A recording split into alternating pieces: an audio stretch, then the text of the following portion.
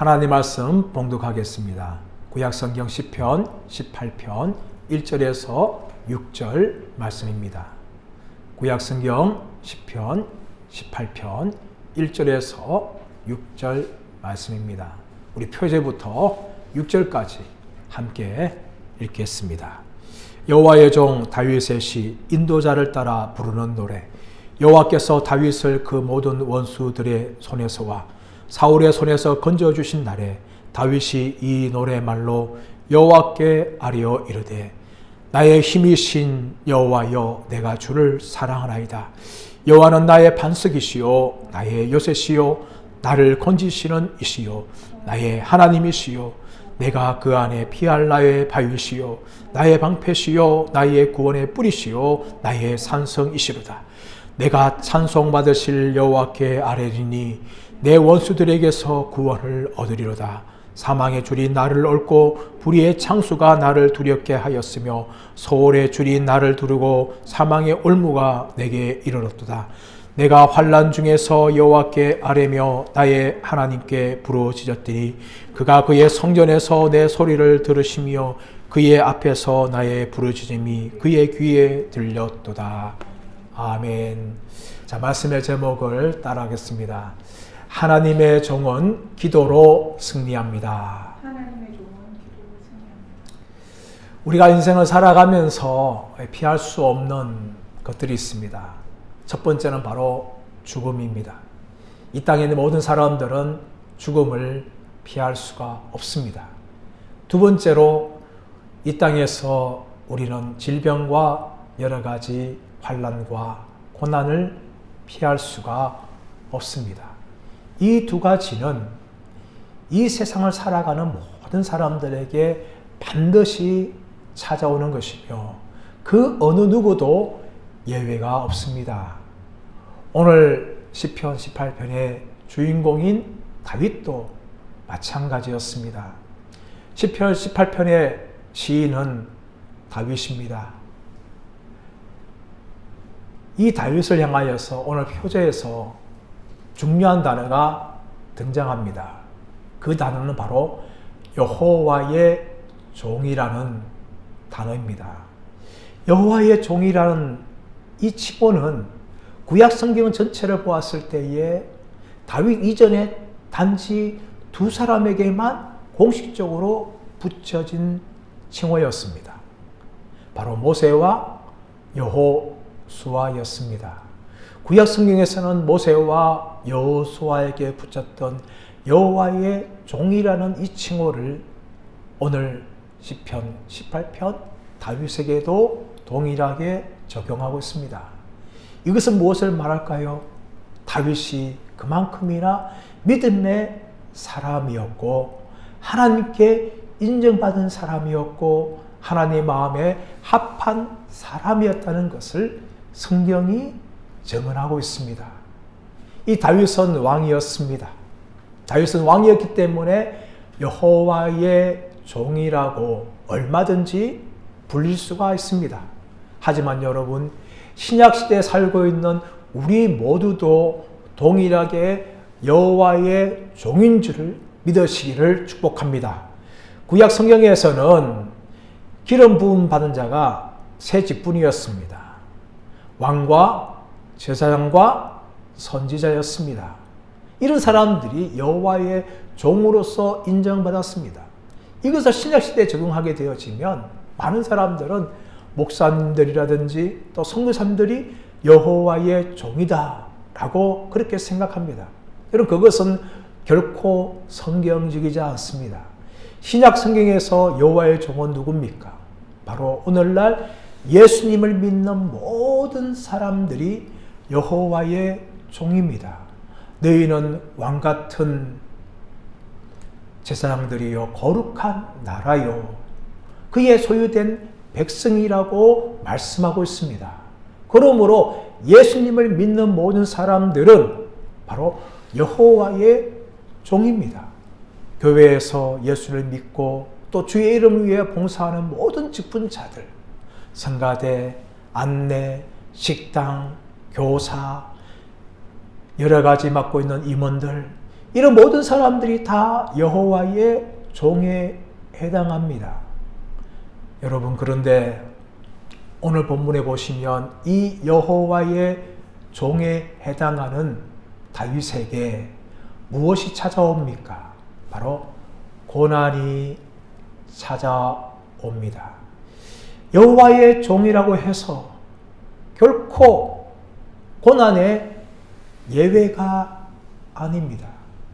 오늘 20편, 18편 말씀은 다윗이 자신의 인생에 수많은 고난을 겪은 후에 마지막에 이 찬송을 올려드린 찬양시이며 감사의 시입니다. 인생의 초반에 기록된 것이 아니었습니다. 오늘 표지에서 말하는 것처럼 다윗은 그 모든 고난에서와 원수 사울의 손에서 벗어난 후에 하나님 앞에 이렇게 노래하였던 것입니다. 그러므로 오늘을 살아가는 저와 여러분 모두에게도 결코 고난은 예외가 아닙니다. 이럴 때 다윗은 한 것은 무엇이었습니까? 다윗은 자신의 찾아오는 고난을 어떻게 표현하고 있습니까? 바로 죽음과 같은 고난이라고 말하고 있습니다. 여러분 4절 5절 말씀을 다시 한번 보시기를 바랍니다. 사망의 줄이 나를 얽고 불의의 창수가 나를 두렵게 하였으며 소울의 줄이 나를 두르고 사망의 올무가 내게 이르렀도다 라고 말합니다. 4절에서는 사망의 줄이 나를 얽었다. 5절에서는 소울의 줄이 나를 두르고 사망의 올무가 내게 이르렀다. 여러분, 이 사망의 줄이란 것은 무엇을 말합니까? 다윗이 지금 죽음과 같은 고난을 당하고 있는 것을 표현하고 있는 것입니다. 다윗이 당하는 모든 고난들은 죽음의 고통과 같은 것이었습니다. 그 죽음이 자신을 칭칭 감고 호종줄로 꼼짝 못하도록 자기를 묶고 있는 상황이라는 것을 다윗이 말하고 있습니다. 또 5절 말씀 보십시오. 소울의 줄이 자신을 둘렀다라고 말합니다. 이 소울의 줄은 무엇입니까? 죽음을 넘어서 지옥과 같은 고통을 말합니다. 다윗이 당하는 고통이 얼마나 심한 것이었다면 다윗은 죽음을 넘어서 지옥의 고통을 지금 자신이 당하고 있다라고 표현을 하고 있습니다. 그리고 더 나아가서 사망의 올무가 내게 이르렀도다 라고 말합니다. 여기서 올무라는 것은 무엇을 말할까요? 덫이나 올가미를 말합니다. 과거에 산에서 짐승들을 잡을 때에 굵은 나무에다가 무엇을 설치합니까? 철사를 이어서 올가미를 만들죠. 또 짐승들이 많이 다니는 곳에 덫을 놓습니다. 그러다 보면 짐승들이 자신도 모르게 지나가다가 그 올가미에 묶이게 되고 또 덫에 발목이 잡힙니다.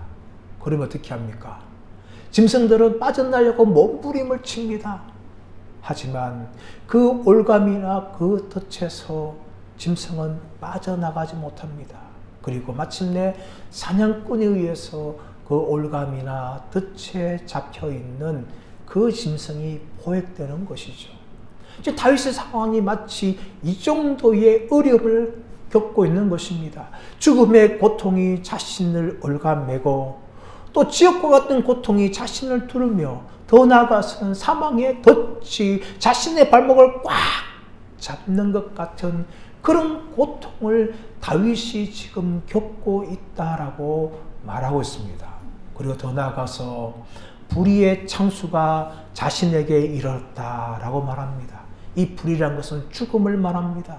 창수는 무엇을 말합니까? 거대한 홍수를 말하죠.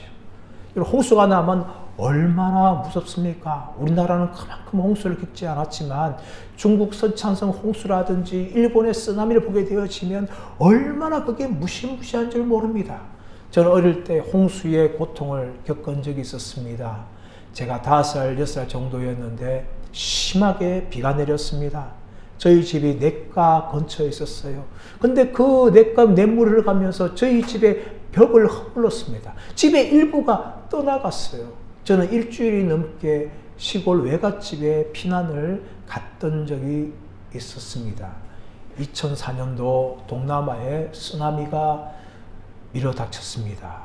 이 쓰나미는 인도네시아 뿐만 아니라 미얀마, 스리랑카, 인도까지 영향을 미쳤는데 무려 12개국에 이 쓰나미의 영향이 갔습니다. 그리고 그 쓰나미의 물결은 아프리카 서해까지도 미쳤습니다. 이때에 죽은 사람들이 얼마입니까? 무려 15만 명이 사망을 당하였습니다. 쓰나미의 파괴력이 얼마나 대단합니까? 바로 그 쓰나미의 고통이 얼마나 대단한지 이 지금 수많은 사람들이 죽음과 같은 고통을 당할 수밖에 없는 것입니다. 지금 다윗은 무엇을 말합니까? 불의의 창수가 내게 이르렀도다. 그렇게 말하고 있습니다. 근데 그 불의의 창수가 뭡니까? 자신을 두렵게 하는 거예요.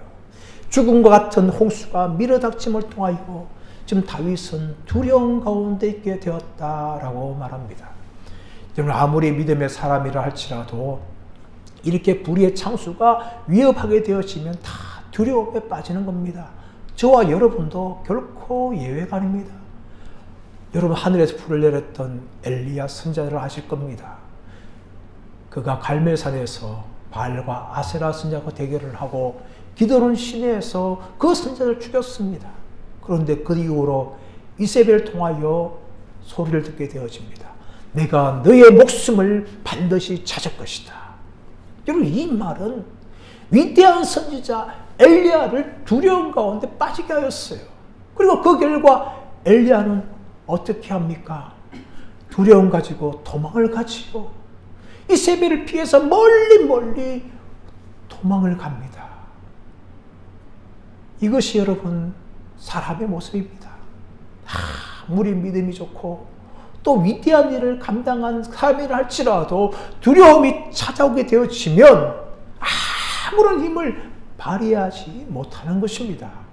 이것이 바로 우리들의 모습이 아닙니까? 저와 여러분도 결코 예외가 아닙니다. 여기 이럴 때 다윗은 어떻게 하였을까요? 따라하겠습니다. 다윗은 환난 중에 기도하였습니다. 6절 말씀 볼까요, 여러분?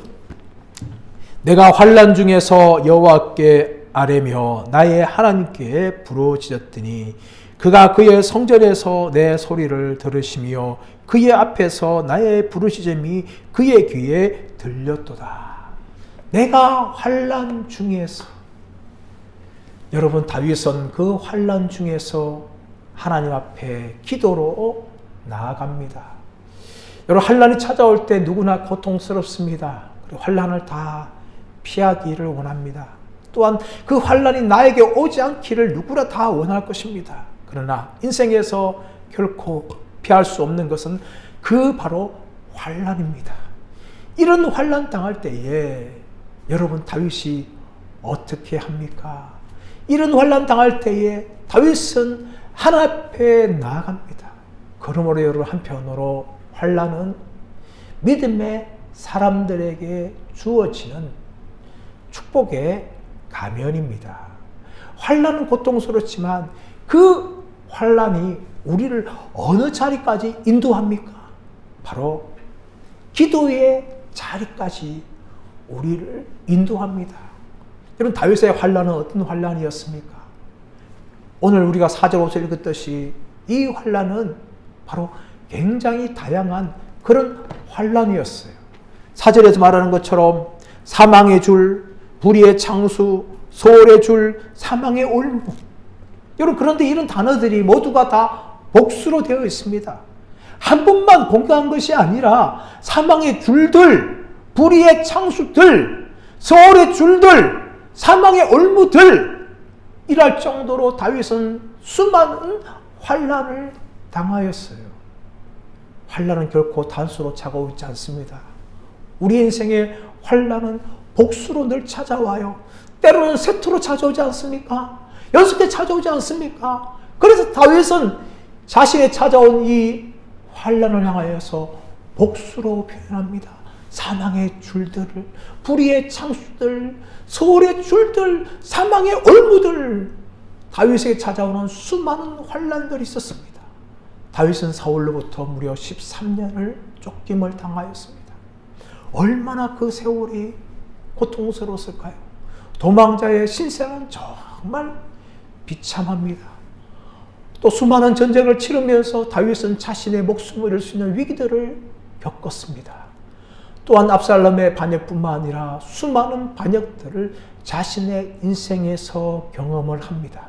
이처럼 다윗에 찾아온 환난들은 보통 환난들이 아니었어요. 수많은 환난들이 찾아왔습니다. 그런데 여러분, 이 환난들이 다윗을 어떻게 하였습니까? 다윗을 기도의 자리까지 데려간 것입니다.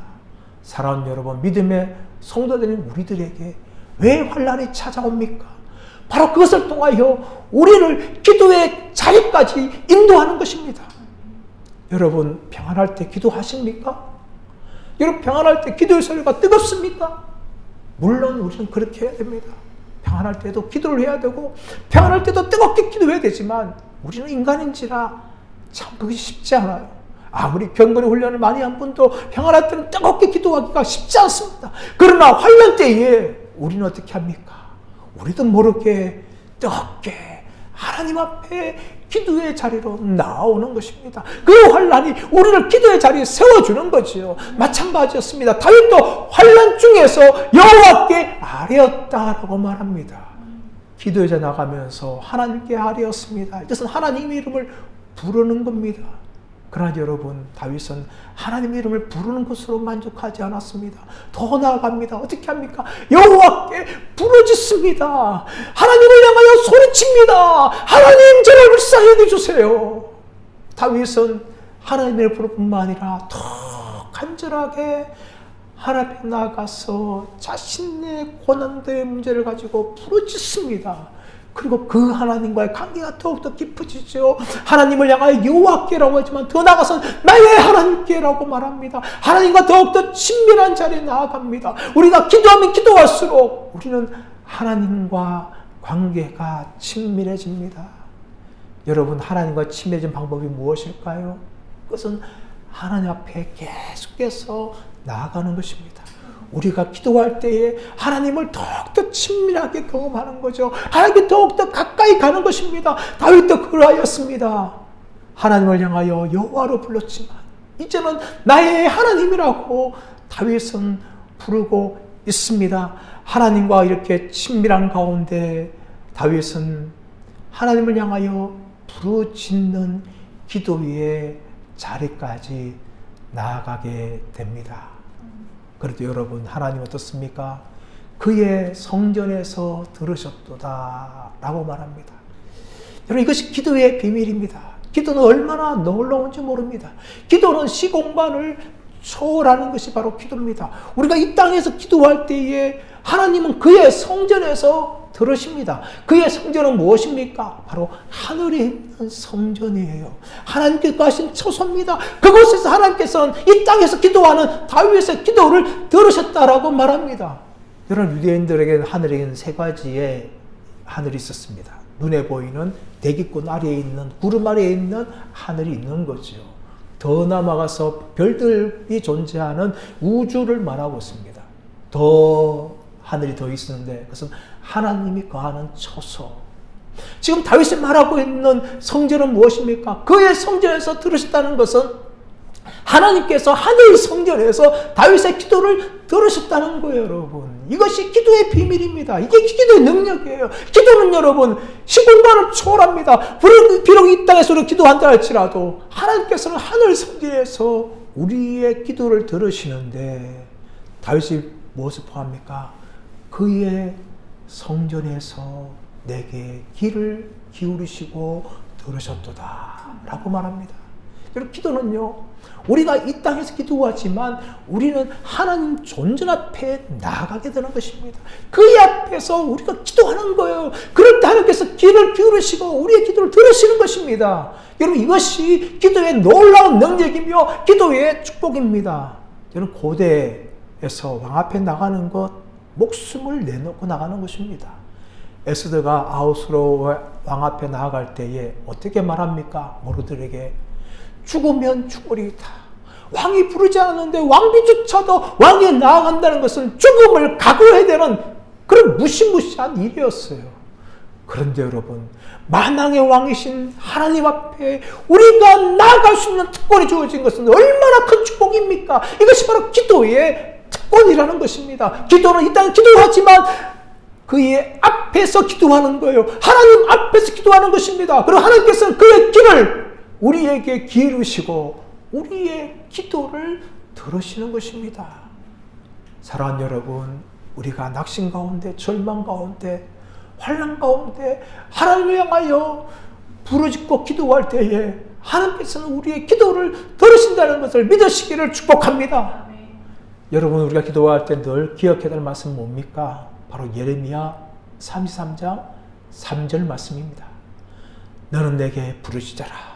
내가 내게 응답하겠고 내가 알지 못하는 크고 비밀한 일을 내게 보이리라.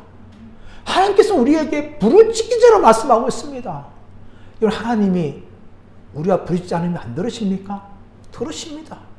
하나님은 전지전능하시며 무소부재하십니다. 그뿐만 아니라 성령으로 우리 안에 계시기 때문에 우리의 속사정을 다 알고 계세요. 그래서 기도하지 않아도 하나님은 다 아십니다. 그러나 여러분, 하나님 우리에게 어떻게 말씀하십니까? 너는 내게 부르짖어라. 하나님이 몰라서 부르짖어 말씀하시는 겁니까? 아닙니다, 여러분. 왜 그렇게 할까요? 부르짖는 것이 바로 우리가 사는 길이기 때문입니다. 우리가 부르짖지 않으면요, 우린 다 죽습니다, 여러분. 영적으로 다 잠들어요. 부르짖을 때에 우리 영혼이 깨어나게 되어지는 것이고, 부르짖을 때 우리가 살아가는 거예요, 여러분. 그렇기 때문에 하나님께서는 우리에게 부르짖어라, 그렇게 말씀하시는 것입니다. 그럴 때 크고 비밀한 일을 보여준다라고 말합니다. 크고라는 것은 하나님의 능력이에요. 우리가 부르짖을 때 하나님께서 그분의 능력으로 응답해 주신다는 거예요. 또 뭡니까? 비밀한 일을 알게 하신다는 거예요. 여러분, 우리는 우리의 때에 우리의 방법으로 하나님께서 응답해 주시기 원합니다. 그렇지 않습니다, 여러분. 하나님께서는 우리의 때와 우리의 방법으로 응답해 주신 것이 아니라 하나님의 때에 하나님의 방법으로 응답해 주시는 거예요. 그것이 바로 비밀한 일입니다, 여러분. 사랑하는 여러분, 이것을 어떻게 경험합니까? 다윗처럼 하나님을 향하여 그의 앞에서 부르짖는 자들에게 주어지는 축복인 줄 믿습니다. 우리의 기도는 결코 땅에 떨어지지 않습니다. 하나님이 다 들으십니다. 여러분, 그것을 믿으시기를 축복합니다. 그리고 그 하나님께 올려드리십시오. 우리의 믿음에 그거 올려드리면서 하나님, 나의 방법이 아니라 나의 때가 아니라 하나님의 전적인 주권을 믿습니다. 하나님의 선하심을 믿습니다. 하나님께서 하나님의 방법대로 하나님의 때대로 응답하실 것을 믿습니다. 이런 믿음 가운데 나아가시기를 간절히 바랍니다. 여러분, 이렇게 우리가 기도 응답을 받을 때에 우리가 해야 할 고백은 무엇입니까? 1절로 돌아가십시오. 1절 말씀 보시면 나의 힘이신 여호와여 내가 주를 사랑하나이다. 다윗은 자신의 기도를 들으신 하나님을 향하여서 나의 힘이신 여호와여 라고 고백합니다. 다윗의 인생 가운데 얼마나 하나님 은혜가 많았습니까? 하나님이 얼마나 도와주셨습니까? 다윗은 그 도움 받은 걸로 끝나지 않았습니다. 하나님을 향해 어떻게 고백합니까? 나의 힘이신 여호와여. 다윗은 그 하나님을 자신의 힘으로 믿고 인정하였습니다. 이것이 다윗의 믿음이었습니다. 이런 믿음을 고백한 다윗은 자신의 힘이신 여호와에 대해서 어떻게 표현하고 있습니까? 2절 말씀 보시면 나의 반석이시요 라고 말씀합니다. 이 반석이라는 것은 암벽이나 절벽을 말합니다. 사울의 군사들이 다윗을 쫓아올 때에 다윗은 할 수 없이 절벽으로 피하여 숨은 적이 있었습니다. 하나님은 그 무시무시한 절벽과 암벽 가운데서 다윗을 지켜주셨고 사울의 군사로부터 보호해 주셨습니다. 그러므로 다윗은 하나님을 향하여 나의 반석이시다 라고 고백합니다. 더 나아가서 다윗은 나의 요새라고 말합니다. 이 요새라는 것은 산속에 있는 이 동굴을 말합니다. 다윗은 사울의 군사를 피하여서 동굴로 피한 적이 많았습니다. 특별히 엔게디 지방 가보면 동굴이 굉장히 많습니다. 이 엔게디는 이 유대 광야 쪽에 있는데 이 엔게디에 국립공원이 있습니다. 저도 이스라엘 방문할 때에 엔게디 국립공원을 방문을 했는데 처음에는 너무나 실망을 했어요.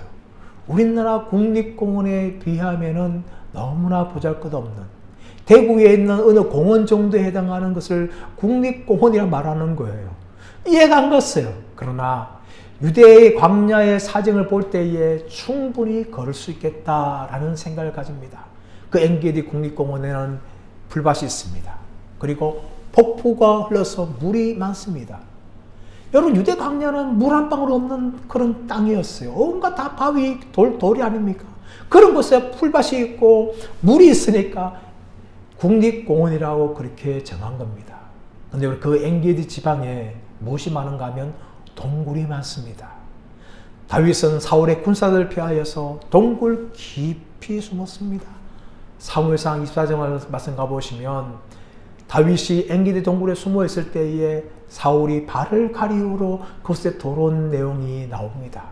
이처럼 다윗은 사울과 군사들을 피하여서 동굴로 피하였는데 하나님께서는 그 동굴을 요새로 삼아주시고 다윗의 피난처가 되게 해 주셨습니다. 더 나아가서 다윗은 하나님을 향하여 나를 건지시는 자다라고 말합니다.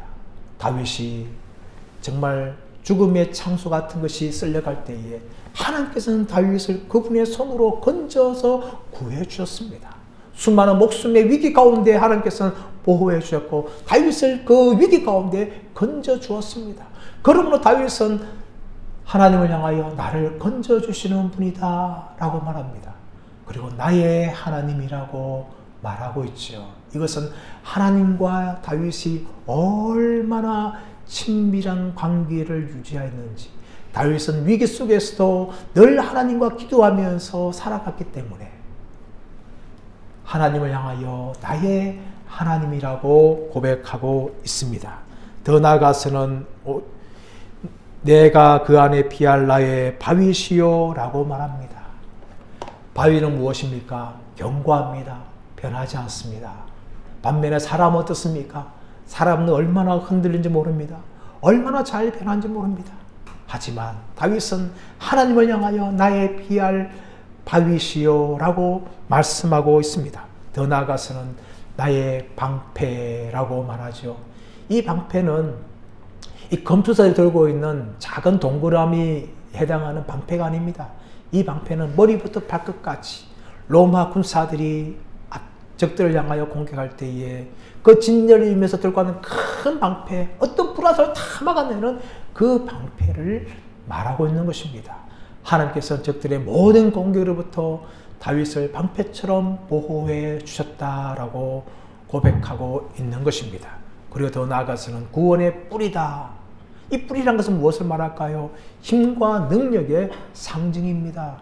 여러분, 코끼리의 뿔, 코뿔소의 뿔 보십시오. 그 뿔만 보면 얼마나 무시무시합니까? 바로 힘의 권을 말하는 것입니다. 다윗은 하나님이 자신의 힘의 권원이라고 말하고 있는 것입니다. 더 나아가서 자신의 산성이라고 말하죠. 이 산성은 높은 피난처입니다. 이스라엘에 높은 산들이 많았는데 특별히 마세다 요새 같은 그런 피난처들이 있었어요. 그것을 피하기만 하면은 안전하게 보호를 받는 겁니다. 마치 무시무시한 독수리가 하늘을 빙빙 돌 때에 어미닭이 자신의 새끼들을 자신의 날개 아래 품는 것처럼 하나님께서는 다윗을 모든 어려움과 위기 가운데에서 자신을 품어주셨다. 나의 산성이 되었다라고 고백을 합니다.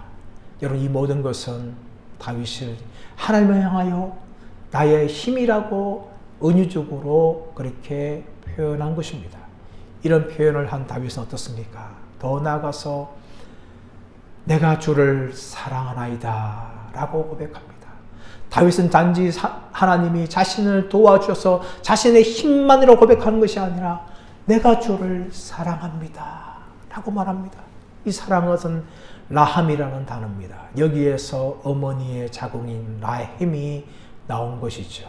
마치 이것은 어머니가 자식을 돌보고 사랑할 때 사용한 단어입니다. 하나님께서는 그렇게 다윗을 사용하였는데 다윗은 그 사랑을 받았기 때문에 하나님을 향하여 똑같이 내가 하나님을 사랑합니다. 그렇게 고백하는 것입니다. 그리고 이 단어는 더 나아가서 언약적인 충성과 헌신을 말하는 거죠. 변하지 않는 것입니다. 하나님을 향하여 변하지 않는 사랑을 내가 하겠습니다. 라고 지금 다윗이 하나님을 향하여 고백하고 있는 것입니다. 이런 다윗의 모습과 달리 이스라엘 백성들은 얼마나 잘 변하였습니까? 그들은 애굽의 노예였습니다. 노예였던 이스라엘 백성들을 하나님이 모세를 통하여서 구원하여 주시고 홍해를 갈라주셨습니다. 광야에서는 불과 구름기둥으로 인도하여 주셨고 또 만나와 메추라기로 먹여주셨습니다.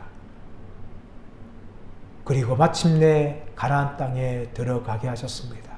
하나님은 약속의 땅 가나안 땅으로 이스라엘 백성들을 인도하였는데 그 땅에 들어간 이스라엘 백성들이 하나님을 배신하고 말았습니다. 하나님도 섬기지만 바알도 섬겼습니다. 여호와도 하나님, 바알도 하나님.